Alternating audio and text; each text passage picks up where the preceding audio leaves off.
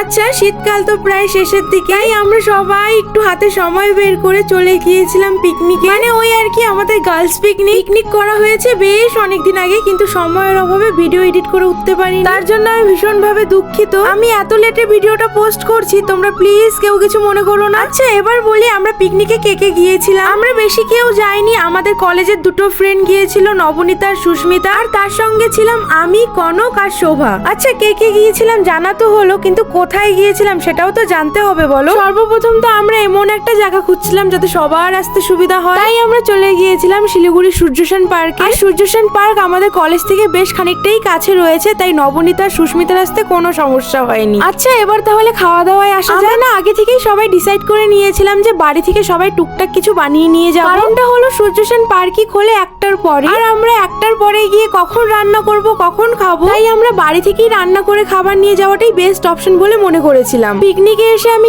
কি খাওয়া দাওয়া করলাম এটা আমি পরের ব্লগে শেয়ার করব, তার জন্য প্লিজ আমার চ্যানেলটিকে সাবস্ক্রাইব করে দিও। একটা কথা না বললেই নয়, আমরা কিন্তু পিকনিকে গিয়ে সবাই ভীষণ ভাবে মজা করেছি, আর আমরা সবাই মিলে ডিসাইডও করেছি যে এরপরও আরেকদিন পিকনিকে আসা হবে। আজকের জন্য টাটা, বাই।